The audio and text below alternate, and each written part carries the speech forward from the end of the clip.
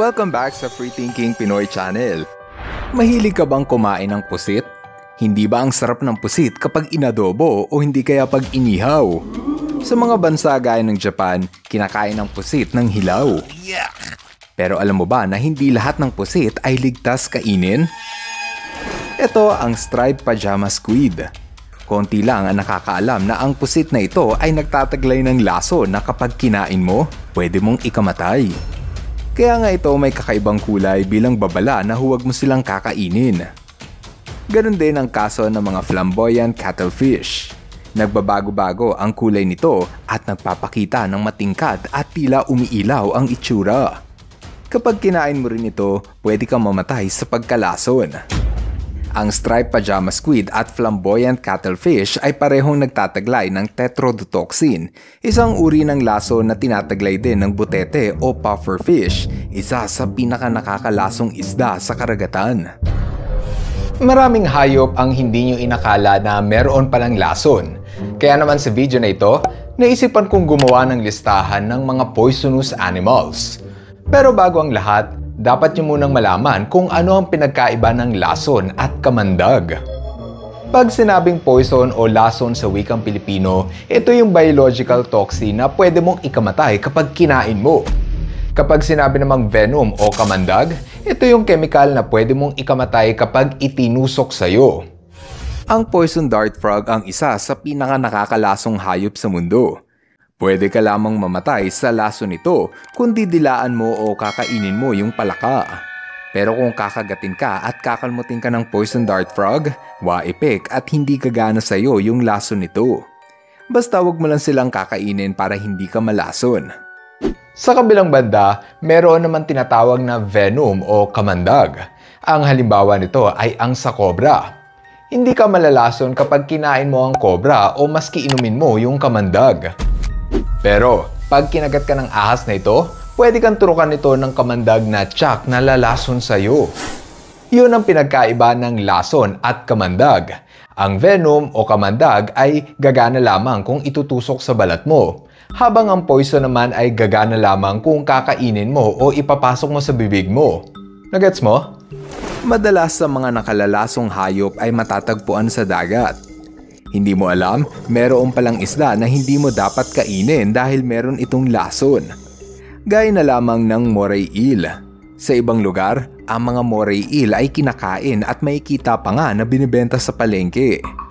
Ang hindi nyo alam, hanggat maaari ay dapat mong iwasan ang pagkain nito. Meron kasing mga moray eel ang nagtataglay ng lason. Pero hindi lahat ng moray eel ay may lason. Karamihan kasi ay ligtas kainin, ngunit yung iba naman ay hindi natin alam ay meron na palang lason. Kaya lang naman nagkakaroon ng lason ang moray eel dahil nahahawaan sila ng kemikal na tinatawag na ciguatoxin. Ang ciguatoxin ay ang kemikal na nagmumula sa maliliit na organismo na tinatawag na dinoflagellates. Kapag ang kemikal na ciguatoxin ay pumasok sa katawan ng moray eel, pwede itong mahawaan ng lason. Ang sinumang kakain sa karne ng nahawaan ng ciguatoxin pwedeng makaranas ng sintomas ng pagkalason gaya ng pagsusuka, pananakit ng ulo at tiyan. Wala pang naimbentong gamot para kontrahin ang ciguatoxin sa katawan, kaya dapat ay isugod sa ospital ang biktima. Kung tutuusin, hindi lang moray eel ang apektado. Libo-libong uri ng isda sa dagat ang pwedeng mahawaan ng ciguatoxin, kaya dapat ay maging mapili tayo sa isda na ating kakainin. Ang ilan pa sa isdang nakitaan ng ciguatoxin ay barracuda, parrotfish at maya-maya. Madalas sa mga isda na apektado ng laso na ito ay yung mga reef fish. Yun ang tawag sa isda na naninirahan sa bahura o coral reefs. Inuulit ko lang hindi lahat ng isda na nabanggit ko ay may lason. Nagkakaroon lamang ng lason ng isda kapag nahawaan ito ng ciguatoxin, isang uri ng kemikal na nagmumula sa dinoflagellates na nagkalat sa dagat. Tumungo naman tayo sa bansang Iceland para makilala ang dambuhalang pating na may nakakalasong karne. Ito ang Greenland shark. Isa ito sa pinakamalaking uri ng pating. Humahaba ito ng 16 hanggang 21 feet at kayang tumimbang ng 1,400 kilos. Kahit mukha itong nakakatakot, Ang mga Greenland shark ay hindi mapanganib sa tao.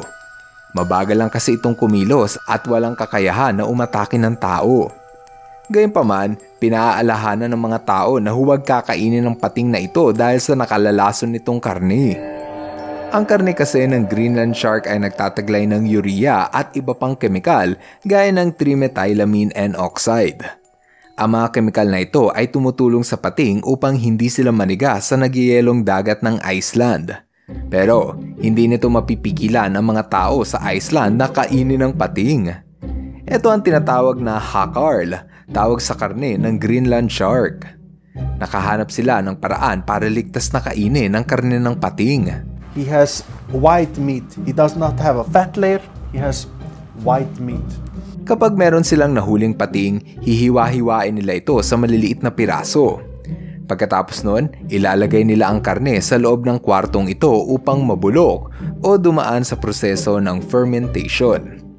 Ito lamang kasi ang paraan para mawala ang lason.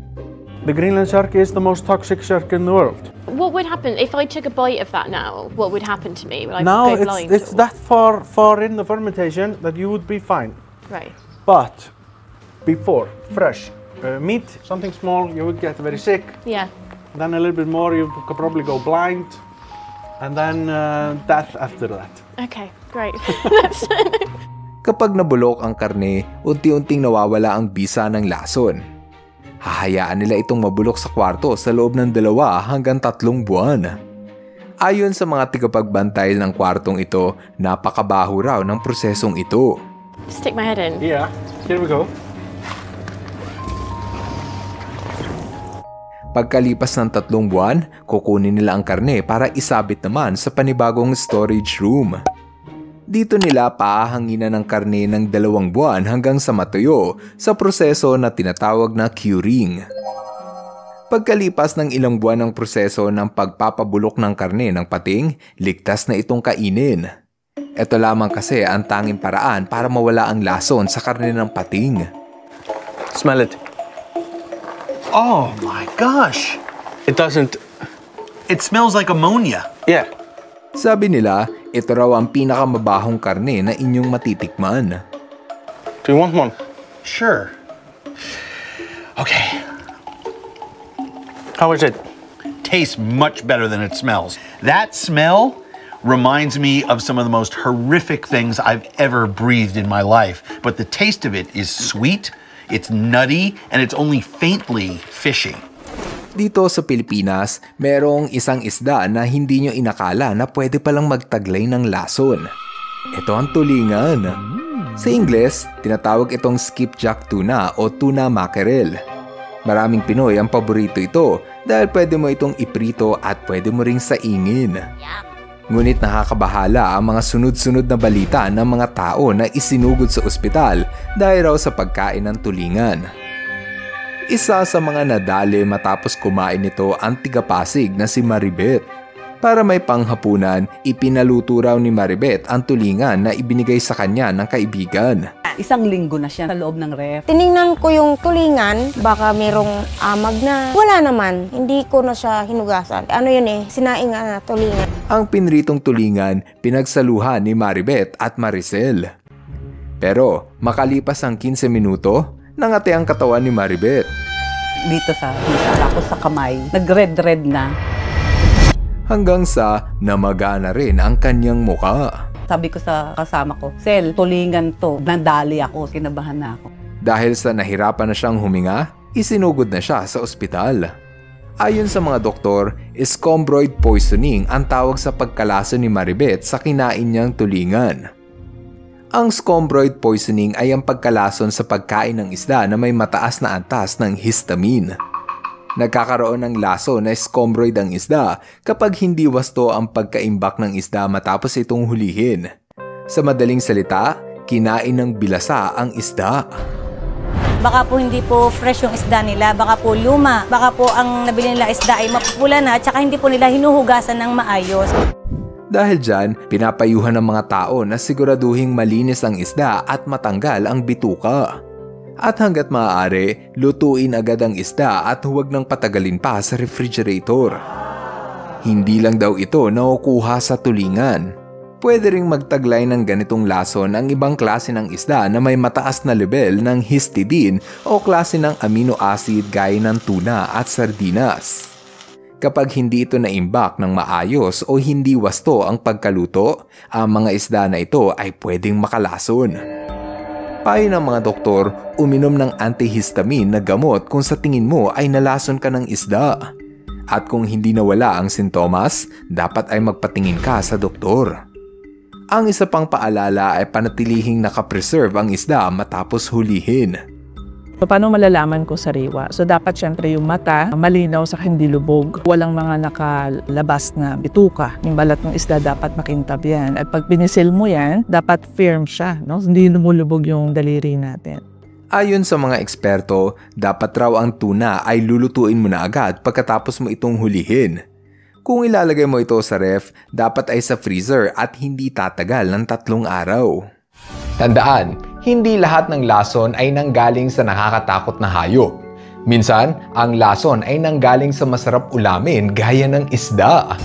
Kaya bilang mamimili, dapat ay maging mausisa tayo, maging maalam at maging alerto sa kung ano yung gagawin sa tuwing nakakaranas ng food poisoning.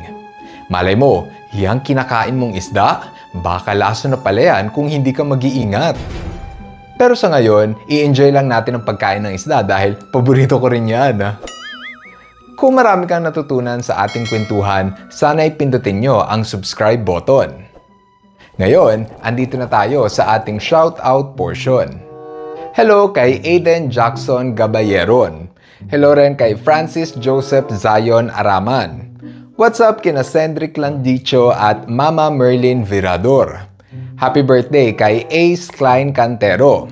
Happy birthday rin kay Rui Bob Diasto. At sa Cacaldo family ng Candoni Negros Occidental. Maraming salamat sa inyong panunod. Now, see you guys on our next video. Bye-bye! Hello mga ka-FTP! Ako si Nomer at nagpapasalamat sa inyong panunood. Kung nagustuhan nyo ang video ito, subscribe na sa FTP channel. Don't forget to hit the subscribe button para updated ka sa mga bagong videos. Paalam!